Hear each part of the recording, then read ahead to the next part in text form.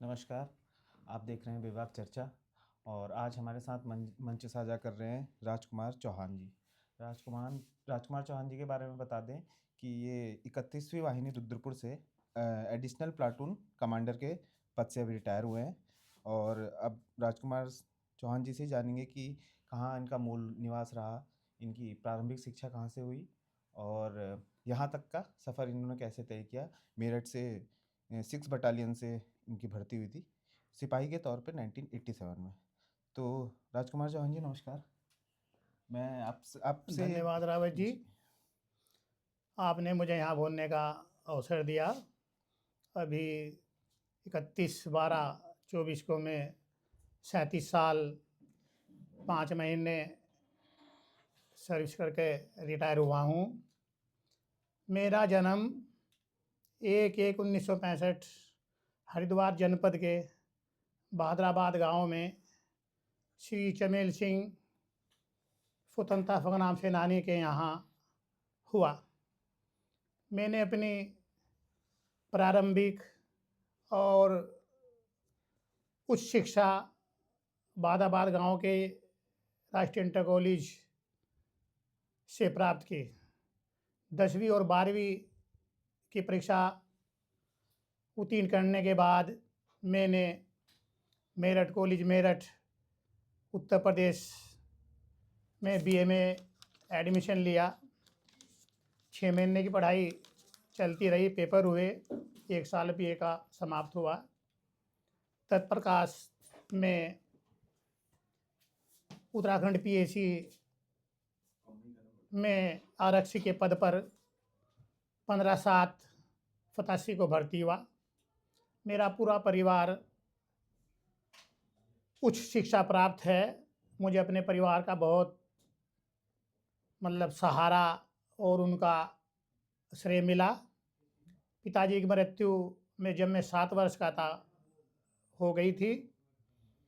15/7/1987 को मैं भर्ती हुआ 40वीं वाहिनी पीएसी हरिद्वार से। मुझे 1 माह के प्रशिक्षण के बाद 6 वाहिनी पीएसी मेरठ में भेजा गया। वहाँ पर मैंने 1 माह का प्रारंभिक प्रशिक्षण किया।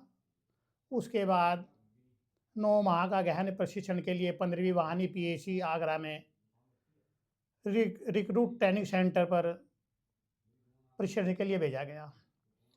9 महीने का गहन प्रशिक्षण करने के बाद मेरी पोस्टिंग 6ठी वाहिनी पीएसी मेरठ में हुई।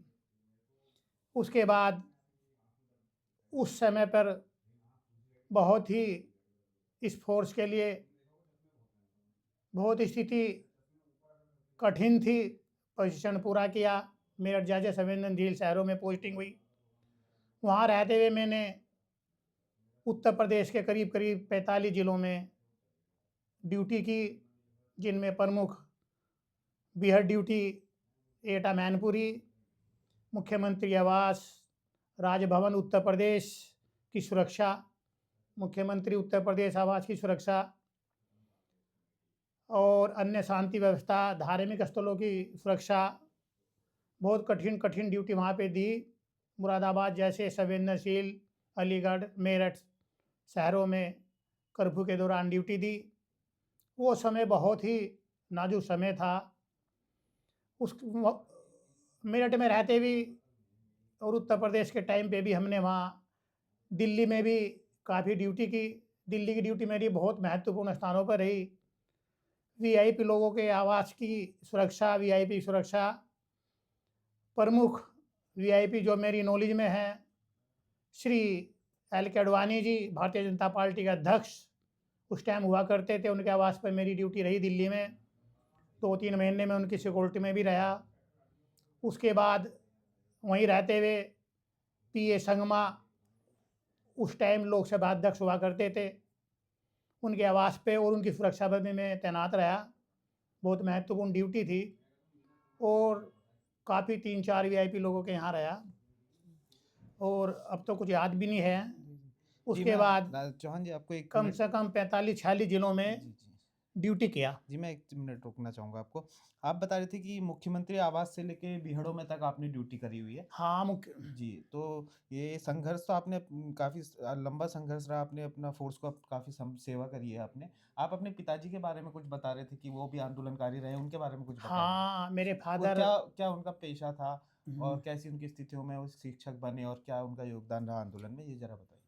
पिताजी हमारे किसान ही थे। उस टाइम पे वो पढ़े लिखे थे। 8th पास थे, मिडिल क्लास बोलते थे जिसको। जी, और स्वतंत्रता आंदोलन में उन्होंने भाग लिया बढ़-चढ़कर। जी, और उस टाइम अंग्रेज़ों का शासन था। जी, जी, जेल भी गए वो कई बार। जी, और उसके बाद देश आज़ाद हुआ। और हम लोगों का 8 भाई-बहनों में मैं सबसे छोटा था। जी, जी, सभी भाई-बहन हमारे शिक्षित थे, पिताजी खुद शिक्षित थे, चाचा जी शिक्षित थे। जी, उनकी आशीर्वाद से ही मुझे ये पढ़ने का मौका मिला।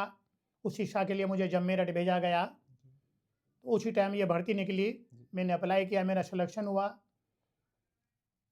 उससे पहले पिताजी का देहांत हो चुका था जब मैं 7-8 साल का था, तो करीब-करीब। हम ये मान सकते हैं कि आप काफ़ी संघर्ष अपने पिताजी से ही आपको सीखने को मिला, शिक्षा भी मिली और जो आपने संघर्ष किया वो भी आपने अपने पिताजी से काफ़ी आपको ये हाँ, सीख उन्होंने मतलब इतनी मैं इतना छोटा था। 8 भाई-बहन और ये हाँ, सब उ आपकी भी उस टाइम पे क्या जी, जी, जी, आपकी उस भी टाइम के वो 8 मिडिल बोलते थे जी, उसको, जी, जी, मिडिल क्लास जी, पास थे। जी, जी, और अपने बच्चों को भी खूब पढ़ाया, जबकि जी, मेरे भाई साहब आज भी बड़े भाई साहब हैं, उनकी जी, उम्र भी 79-80 के करीब है। जी, जी, जी, वो रिटायर्ड है।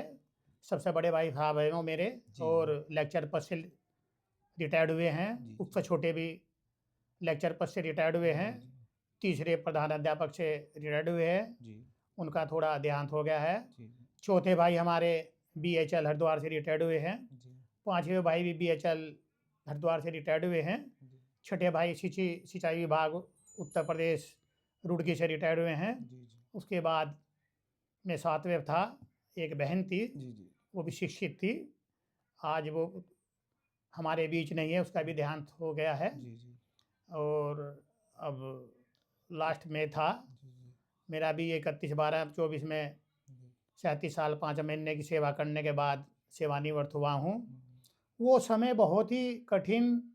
और ये डिजिटल जो टाइम आ गया है, हाँ उस जी, टाइम जी, पर ये डिजिटल टाइम नहीं था। जी, जी, हमारा परिवार की, अपनों की राज़ी खुशी के लिए मोबाइल नहीं थे। हुँ। पत्र व्यवहार से हम अपना आदान-प्रदान हाँ, करते थे। एक-दूसरे से संपर्क करना हुआ एक शहर से दूसरे शहर तो हाँ, पत्रों का हाँ। ही उस समय हाँ, इस्तेमाल कोई किया जाता जानकारी नहीं मिलती जी, थी। जी, जी, हाँ जी, काफ़ी और अंतर्देशीय हुए, पोस्ट कार्ड हुए, जी, इनको देते थे, 5 दिन में पहुँचते थे। उधर से जवाब त आता था, जी, 10-15 दिन में परिवार की राज़ी खुशी मिलती थी। जी। और आजकल तो मोबाइल पे ही ऐसा लगता है, अगर मैं बीहड़ में भी ड्यूटी कर रहा हूँ, तो अपने हाँ घर जी, पे अब ड्यूटी अब कर तो रहा हूँ। सुविधाएँ पहले के मुकाबले काफ़ी अच्छी हो गई हैं। हाँ, संपर्क करा जाए किसी को कुछ या कुछ भेजना हो या कुछ भी हर चीज़ हो।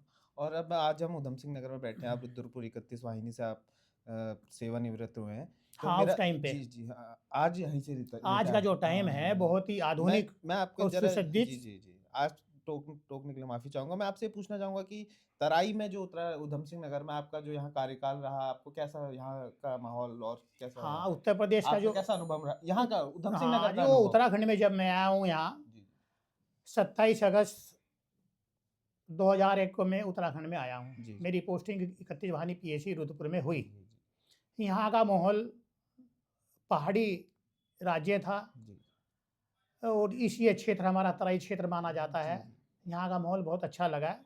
बहुत ड्यूटियाँ भी की यहाँ। उस टाइम यहाँ हमने आतंकवाद भी देखा है, जी, 92, 93, 94 के समय में। जी, जी।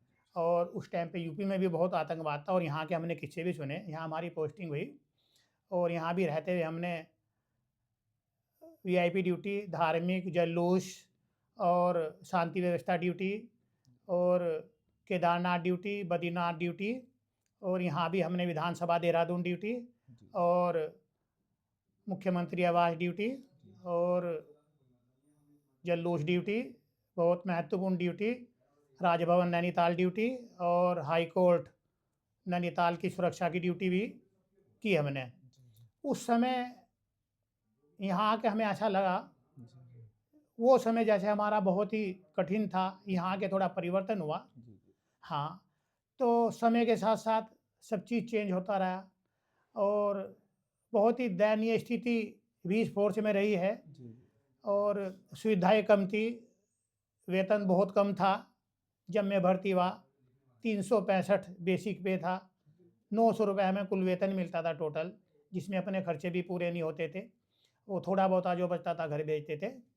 उस समय तो ये आवास वगैरह सुविधाएं भी मेरे ख्याल से काफ़ी कम हाँ, होंगी। यहाँ 31 वाहिनी पीएसी में मुझे सरकारी आवास मिला, जी, जी, फिर मैं परिवार को भी यहाँ साथ लाया जी, जी, और यहाँ अपने पुलिस मॉडर्न स्कूल में बच्चे पढ़े। उसके बाद यहीं नेशनल पब्लिक स्कूल में भी बच्चे पढ़े, उसके बाद जेपीएस स्कूल में पढ़े। जी।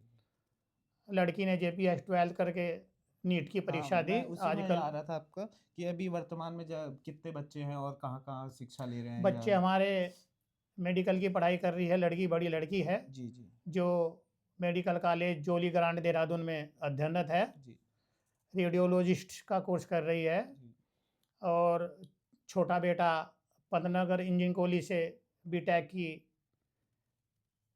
पढ़ाई कर रहा है, जो फाइनल वर्ष में है जी। और वर्तमान में आप तत्पर यहीं निवास कर रहे हैं 31वीं वाहिनी में ना कुछ समय के लिए? अभी आगे 2-3 महीने के लिए वर्तमान में यही 31वीं वाहिनी में वानी में। जी, जी, जी, यहीं आपका मतलब यहीं आपका आवास मिला हुआ है। तो अब मैं ये आपसे पूछना चाहता हूँ कि भविष्य में अगर कोई फ़ोर्स जॉइन करना चाहता है, चाहे वो युवा लड़के हों या लड़कियाँ हों, तो ऐसे ऐसे इनको आपको कोई संदेश देना हो युवाओं को, तो आप क्या संदेश देना पर चाहेंगे? यहीं ड्यूटी लोकल में चलती रही। हाँ, नहीं वैसे अगर कोई भी ना फ़ोर्स जॉइन करना चाहते हैं, आजकल 10 माध्यम है, लोग इंजीनियरिंग कर रहे हैं, डॉक्टरी कर रहे हैं। अगर कोई भी युवा जो है हमारे, वो हुँ। फ़ोर्स जॉइन करना चाहें, पीएससी हो या अन्य फ़ोर्स जॉइन हो, देश की सेवा करने, तो आपका उनका कोई संदेश हो तो आप वो हाँ, वो संदेश बच्चों ने उसके बारे में हमें थोड़ा ये आ रहा है उसमें सब? हाँ, हाँ, जी, लाइट अच्छा, अच्छा, हाँ, अच्छा, जी, जी। हाँ। तो इस बारे में मैंने अपने बच्चों से भी पता किया है। जी, जी। उन्होंने को हमने उनको एक बार ये भी कहा कि अपना हमारे विभाग आपके में बच्चे या अन्य बच्चे भी जो हैं, उनको आपका क्या संदेश है? मैं ये कहना आपके हाँ, बच्चों के मैं जो अलावा आजकल जो युवा पीढ़ी हाँ, हमारे उसके लिए बच्चे भी है उसमें, जी, जी, हमने उनको भी एक बार पूछा है। जी, उन्होंने मतलब उस शिक्षा ग्रहण करने के लिए कहा। पुलिस विभाग के प्रति उनका इतना लगाव नहीं है जी, जितना जी। पहले था। हाँ, आज नौकरी के लिए बच्चा एकदम अच्छी पोस्ट पर जाना चाहता है जी, जी, और मैं तो यही कहना चाहूँगा अगर देश सेवा करनी हो जी, तो पुलिस फ़ोर्स और ये अपना ये पैरामिलिट्री फ़ोर्स जी, इनमें आगे बढ़कर हिस्सा लेना चाहिए आज की युवा पीढ़ी को। हमारी युवा पीढ़ी हटती जा रही है। देश भावना की जो भक्ति है, जी। वो थोड़ी कम होती जा रही है। ये मेरा सबसे पहले संदेश यही है युवा पीढ़ी को मतलब देश सेवा अगर करनी है, देशभक्ति अगर करनी है तो फ़ोर्स में आना पड़ेगा। अपना पुलिस में आइए, पैरामिलिट्री फ़ोर्स में आइए और सेना में जाइए, तो अच्छी चीज़ है ये। जी, यही मेरा संदेश है युवा पीढ़ी को। जी, जी, जी। जी, तो आज हमारे साथ थे राजकुमार चौहान जी। हाँ जी। जैसा आपने बता दिया 31वीं वाहिनी रुद्रपुर से सेवानिवृत्त हुए एडिशनल प्लाटून कमांडर की पोस्ट से। तो ऐसे ही हम आगे भी जो लोग हैं हम हमसे वरिष्ठ हैं जो फ़ोर्स में पुलिस फ़ोर्स में हैं, इनका क्या योगदान रहा, कैसे जिस पद तक से रिटायर हुए वहाँ उनके पहुँचने की संघर्ष की क्या कहानी रही क्योंकि पुराने समय में और आज के दौर में एक संघर्ष अलग स्तर पे पहुँच चुका है। आज जो सुविधा इतने है वो उस दौर पे नहीं थी। कैसे 8 भाई-बहनों की शिक्षा और कैसे आंदोलनकारी पिता आंदोलनकारी भी रहे और एक शिक्षक भी रहे। तो ऐसी और कुछ कहानियों के साथ हम आपके साथ जुड़ते रहेंगे। ये थे हमारे साथ राजकुमार चौहान जी। राजकुमार जी आपका बहुत-बहुत धन्यवाद। धन्यवाद रावत जी, आपने मुझे यहाँ मौका दिया।